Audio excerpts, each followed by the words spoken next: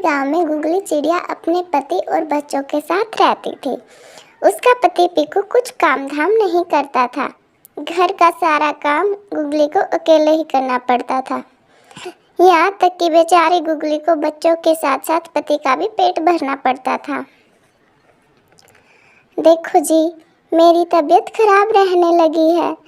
घर के खाने की जिम्मेवारी अब आप संभालो।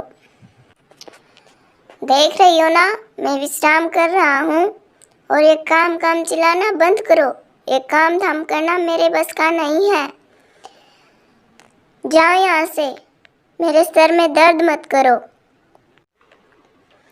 बेचारी गुगली इतनी बातें सुनकर वो रोते रोते जंगल में खाना ढूंढने निकल पड़ती है। पीकू को मेरा जरा भी ध्यान नहीं है। मैं कितनी बीमार हूँ, फिर भी उसे मेरी चिंता नहीं है।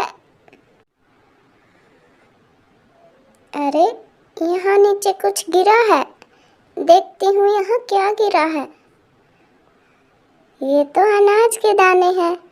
लगता है भगवान ने मेरी सुन ली। आज के खाने का प्रबंध तो हो गया। अब मैं जल्दी से घर जाती हूँ ताकि मैं भी कुछ समय के लिए आराम कर सकूं। कोई मेरी सहायता करो, कोई मुझे बचा लो। अरे, ये किसकी आवाज़ है? मैं जाके देखती हूँ। आप कौन हैं? क्या हुआ आपको? मैं सोन चिड़िया हूँ। एक शिकारी ने मुझे घायल कर दिया। भूख के मारे मेरी जान निकलने वाली है। मुझे बचा लो। हे भगवान, अब मैं क्या करूं? इस अनाज की मेरे परिवार से ज़्यादा ज़रूरत तो इससे है। क्या हुआ चिड़िया रानी? क्या सोच रही हो? कुछ नहीं सोन चिड़िया, ये लो अनाज, तुम इसे खा लो। तुम्हारा नाम क्या है चिड़िया रानी? जी, मेरा नाम गुगली है। यही रामगढ़ में मेरा छोटा सा घर है। तुम इतनी परेशान क्यों लग रही हो?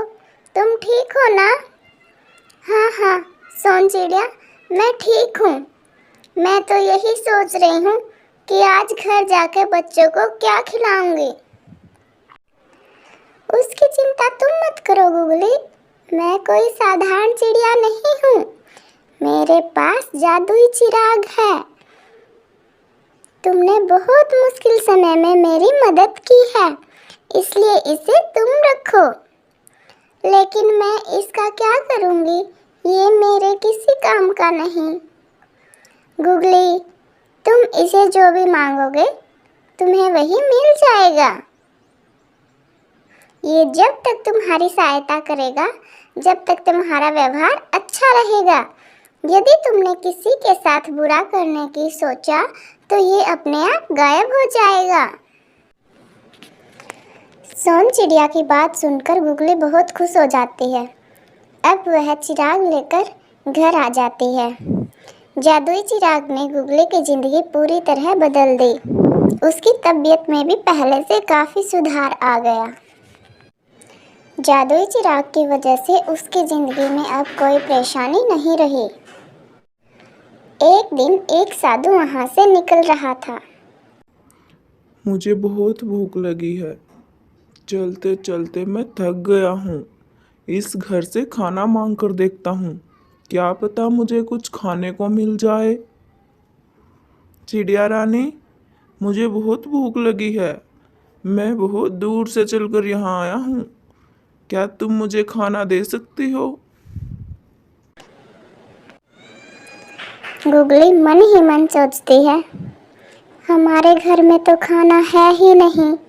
अगर मैंने बाबा के सामने जादुई चिराग से खाना मांगा तो बाबा पूरे जंगल में ये बात फैला देंगे। मैं बाबा को मना ही कर देती हूँ। नहीं बाबा, हमारे घर में तो खाना नहीं है, पानी भी नहीं है। ये सुनकर साधु वहाँ से चले जाते हैं। एक दिन सोन चिड़िया जंगल में घूम रही थी। अचानक उसे गुगली की याद आती है। अरे, गुगली ने तो बताया था वह रामगढ़ में रहती है। चलो आज मैं उसकी परीक्षा लेती हूँ। आज मैं भेष बदलकर उसके घर में खाना मांगने जाती हूँ। देखती हूँ क्या गुगली आज भी इतनी ही अच्छी है जितनी मुझसे मिली थी। सोन चिड़िया तुरंत ही लाल चिड़िया का रूप लेकर गुगली के घर पहुँच जाती है। चिड़िया रानी, मैं दूर देश से आई हूँ, क्या तुम मुझे खाना खिला सकती हो? अरे, इस चिड़िया ने तो मुझसे खाना मांग लिया। अगर मैंने इसके सामने जादुई चिराग से कुछ मांगा तो इसे सारी असलियत का पता चल जाएगा। मुझे इसको भी मना ही करना होगा। नहीं बहन, हमारे घर में खाना तो क्या, पानी भी नहीं है। मेरे बच्चे भी 2 दिन से भूखे हैं, कहीं खाना नहीं मिला। इतना सुनने के बाद सोनपरी क्रोधित हो उठती है और वह अपने असली रूप में आ जाती है। बेवकूफ गुगली, तुम इतना बदल जाओगी? मुझे नहीं पता था कि भूखे प्यासों के लिए भी तुम्हारे दिल में कोई रहम नहीं होगा। तुम उस जादुई चिराग के लायक ही नहीं हो। इतना कहकर सोनपरी और जादुई चिराग दोनों गायब हो जाते हैं। गुगली जोर जोर से रोने लगती है और उसे अपनी गलती का एहसास हो जाता है। सोनपरी सही कह रही है, पहले मैं कितनी अच्छी थी, लेकिन अब मैं किसी की सहायता नहीं करती। कितना घमंड आ गया मुझ में। अगर मैं पहले जैसा अच्छा व्यवहार करती तो आज जादुई चिराग मेरे पास होता।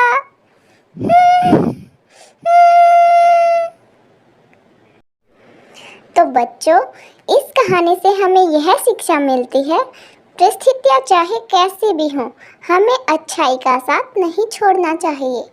ऐसी ही कहानियाँ देखने के लिए हमारे चैनल को सब्सक्राइब करें और लाल बटन प्रेस करना ना भूलें।